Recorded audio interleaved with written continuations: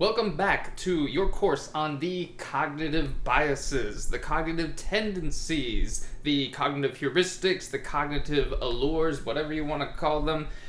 They are called different things in different circles. Anyways, this one today is going to be on the familiarity bias.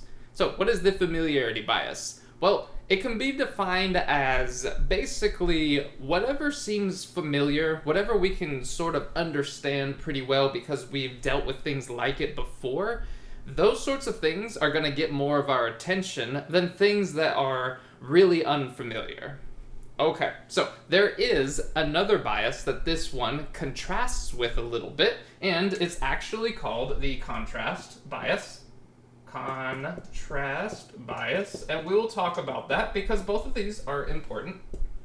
All right, and we're going to talk about how you can use both of them. Now, I have a whole another section on here on just the contrast bias, but the familiarity bias is basically the part of whatever it is that you're selling, whatever part of you that maybe you're trying to get into a new club, or maybe you're trying to apply for a job. And you need to be familiar enough in that you probably need to speak the language that everybody is speaking there. You don't want to roll up into, like, I don't know, a McDonald's or something and be like, hey, y'all, I want a job, and you're in the United States, but all you speak is Greek or something like that. That's not familiar enough. People aren't going to understand you. They're not going to get the job. That's too much contrast, actually. Okay, so let's take, I guess since we're already on the subject of restaurants, let's take a scenario here to where we are having familiarity with something. All right, so let's take the company, like I like to use the company Apple, for example, right? They make iPhones and Macs and all of that sort of stuff. They have the watches and iPads and whatever it is. You know what Apple is. So here's the way that Apple uses familiarity. We'll go ahead and write them up here. Let's write them up here. Let's put them in red. So you have Apple. Okay? And we're familiar with Apple because Apple to us equals what? iPhones, right? It equals iPads, Macs, all right, and watches, and just etc., right? We'll just put etc. here.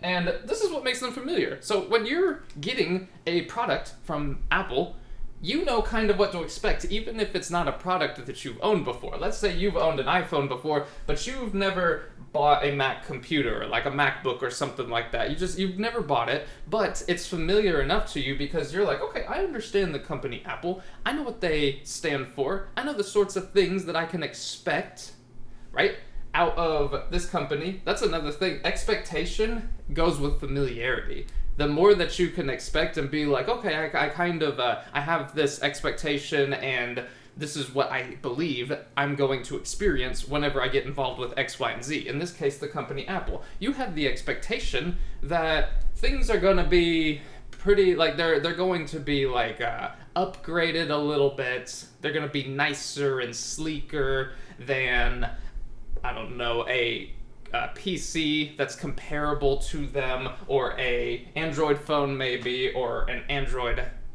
tablet is what you would call an iPad that's not from Apple, right? So you know that, hey, it's going to be sleeker, it's going to have the Apple logo on it, the system, the operating system is going to be a little bit different, stuff is going to be a little artsy, right? It's going to have clean lines, it's going to come in nice packaging, and all of those things that go along with this company, Apple. This is one reason, by the way, why every year when they release a new phone or a new watch or something, they number them. They're like, okay, well, here's the iPhone 5, and then 6 and 7. I think we're on 14. If you're seeing this is at the time of its recording, they're about to launch the 15. And they go in those numbers, right? You have iPhones here, right? And they go, right, let's say 5, 6, 7, and da-da-da-da-da-da, and they're gonna do 15. That's familiar. We're like, okay, we know what we're going to, what we can expect to experience out of the 15th version of the iPhone, because the company has been Like, they've been keeping it pretty consistent. So consistency and expectations and things of that nature go with the familiarity bias. There's another bias that's called the congruency bias, which basically congruency bias, it's very similar to familiarity bias, but congruency bias has a lot more to do, a lot of times with, like this right here, when you have a whole line of something, 4, 5, 6, 7, 8, 9, 10, what, all of those things, you want them all to be kind of congruent. You also do want them to be familiar. There's a little bit of a difference. I will be recording another video on the congruency bias, so you can check that one out. But familiarity bias, things need to stay familiar though. You wouldn't want to go, let's say after they launched the 15, right? They're like, yeah, an iPhone 15, right? And then the next one, the next year, they launch, and they're like, okay, cool. So now we're launching the iPhone 23. That right there would screw some people up. They'd be like, oh, hold on, wait, the iPhone 23?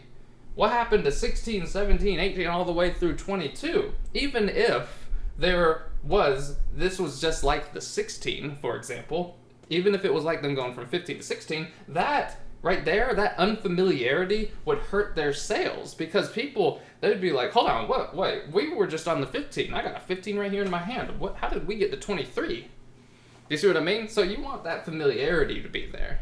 You also wouldn't want them to launch something that had nothing to do with their company's mission statement of having these artsy and sleek and really like, pretty and good looking and chic devices, right? That's what they're known for. You wouldn't want the next thing that they launch to be, I don't know, a line of garbage trucks, right? Could you imagine if they launched they're like, okay, we're gonna start building garbage trucks now that pick people's garbage up on I don't know, every Tuesday or Wednesday or whatever during the week, and they haul it off and dump it out at a dump, right? That would be completely unfamiliar. You'd be like, wait a minute, this company is about all of this neat stuff.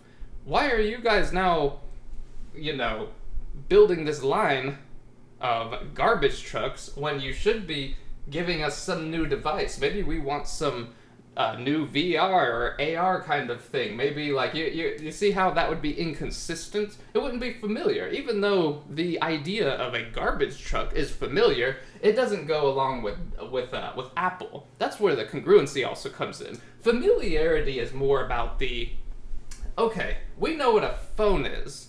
Even before there were such things as iPhones, there were telephones. So people knew what a phone was, and they're like, okay, well, it's a phone that also has a couple of extra features on it, so you can do more things, right? That's familiar enough, all right? So I'm tying congruency in with this a little bit. So if they started selling garbage trucks, or, I don't know, apple pies or something, that would be, they're like, okay, Apple, yeah, apple pie. There's a little bit of familiarity there because there's the word apple in both of them, but you guys sell tech. Why are we now getting into food and all that stuff? That would be incongruent, which goes along with the familiarity bias. You can put them together. Some of the biases, they go together very, very well, and you're kind of splitting hairs once you start talking, so there may or may not be a video on congruency bias, depending on how much we get through in this one. So, but anyways, that's basically the familiarity bias for you. You need things to be, the people need to be able to understand them. Like, for example, you wouldn't want this situation, okay? You wouldn't want somebody opens this restaurant, okay? Let's just put food here.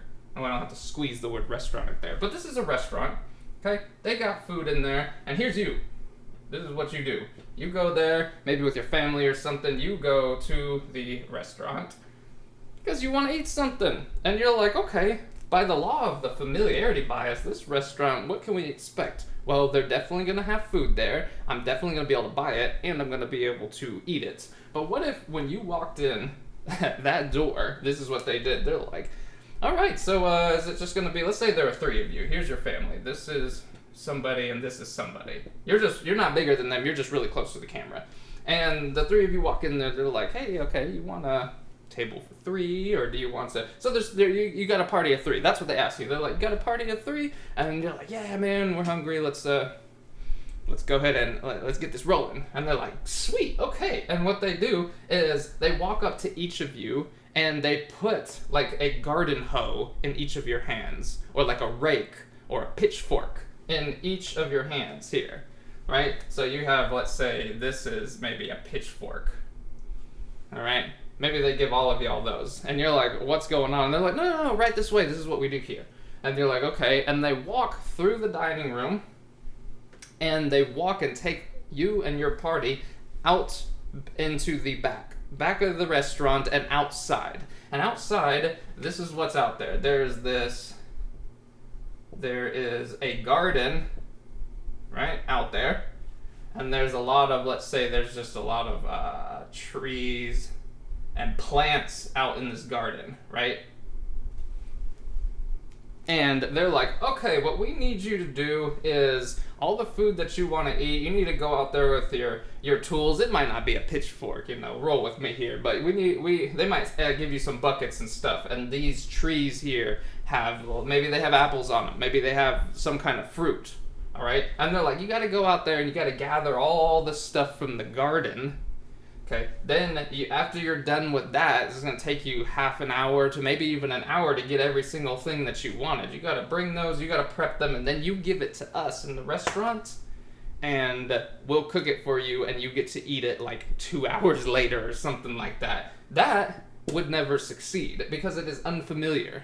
They're like, whoa, I thought we were going to go in here, we're going to sit down, all of this, whatever you guys were trying to get us to do would have been taken care of already. That's what a restaurant is. They're like, oh no, that's not what we do here. You just pick up all of your stuff. You basically tend to our garden for us, and then you prep it, you give it to the cooks, they cook it, and then you get to do that eating and stuff. So basically you're doing all of this hard work that takes 30 minutes, an hour, 2 hours, or whatever it is. And they're like, yeah, that's our restaurant. That's what we do. You would be like, that's crazy. I'm never eating here again, because that's unfamiliar. Right? The familiarity bias, all of these work in two ways. There's the way that they work like as intended. You want things to be familiar, and there's the reversals. You got to be careful about things becoming too unfamiliar, right? You get too much contrast like that. If you went into a restaurant and they're making you cultivate the earth here, you're like, this is completely unfamiliar and contrasts too much with what I expect when I go to a restaurant.